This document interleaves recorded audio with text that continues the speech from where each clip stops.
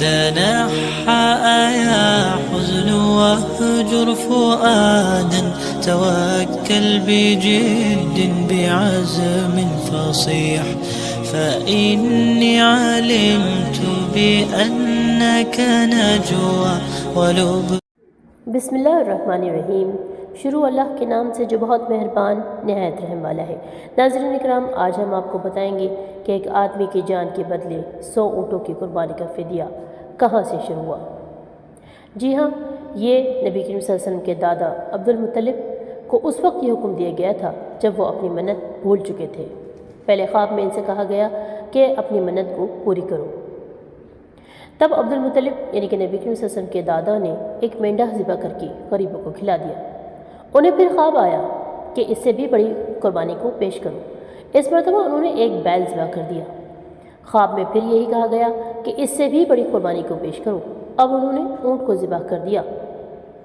پھر ایک مرتبہ دوبارہ ان کو خواب آیا اور کہا گیا کہ اس سے بھی بڑی قربانی پیش کرو. انہوں نے پوچھا کہ اس سے بھی بڑی چیز کیا ہے؟ تب کہا گیا کہ اپنے بیٹوں میں سے کسی کو ذبح کرو جیسا کہ تم نے منت مانی تھی. اب انہیں اپنی منت یاد آئی. اپنے بیٹوں کو جمع کیا، ان سے منت کا ذکر کیا. سب کے سر جھک گئے. کون خود کو ذبح کرواتا ہے؟ آخر ان کے بیٹے عبداللہ یعنی کہ نبی کریم صلی اللہ علیہ وسلم کے والد محترم آگے بڑھے اور کہا کہ ابا جان، آپ مجھے ذبح کر دیجیے اور اپنی منت کو پورا کریے. یہ سب سے چھوٹے بیٹے تھے، سب سے خوبصورت تھے.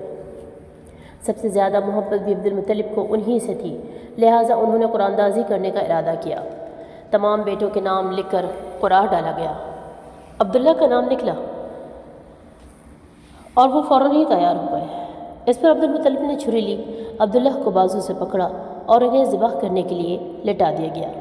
اور جو ہی باپ نے بیٹے کو لٹایا، اس پر ان کے بڑے بیٹے عباس نے ضبط نہ کر سکے، فوراً آگے بڑھے اور بھائی کو کھینچ لیا. اس وقت یہ خود بھی چھوٹے سے تھے. ادھر باپ نے عبداللہ کو کھینچا. اس کھینچتانی میں عبداللہ کے چہرے پر خراشیں بھی آ گئیں. ان خراشوں کے نشانات مرتے دم تک باقی رہے. اسی دوران بنو مخزوم کے لوگ آ گئے. انہوں نے کہا کہ آپ اس طرح بیٹے کو ذبح نہ کریں، اس کی ماں کی زندگی خراب ہو جائے گی. اپنے رب کو راضی کرنے کے لیے بیٹے کا فدیہ دے دیں. اب سوال یہ تھا کہ فدیہ کیا دیا جائے.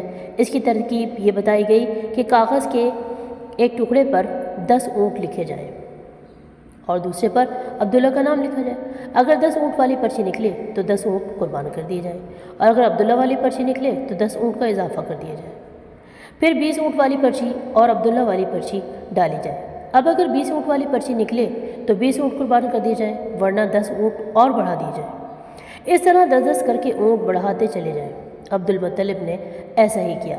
10 اونٹ بڑھاتے چلے گئے. ہر بار عبداللہ کا نام نکلتا چلا گیا، یہاں تک کہ اونٹوں کی تعداد 100 تک پہنچ گئی. تب کہیں جا کر اونٹوں والی پرچی نکلی. اس طرح ان کی جان کے بدلے 100 اونٹ قربان کیے گئے. عبد المطلب کو اب پورا اطمینان ہو گیا ہے کہ اللہ تعالیٰ نے عبداللہ کے بدلے 100 اونٹوں کی قربانی منظور کر لی ہے. انہوں نے کعبے کے پاس 100 اونٹ قربان کیے اور کسی کو کھانے سے نہ روکا. سب انسانوں، جانوروں، پرندوں نے خوب کھایا.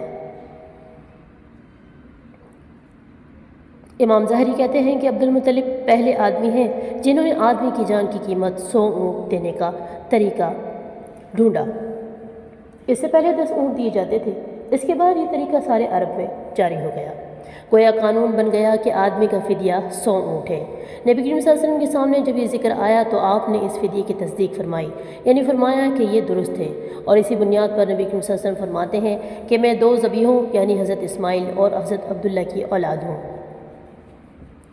تو ناظرین کرام، آپ نے دیکھا کہ کس طریقے سے ایک آدمی کی جان کے بدلے 100 اونٹوں کا فدیہ مقرر اللہ تعالیٰ نے کیا.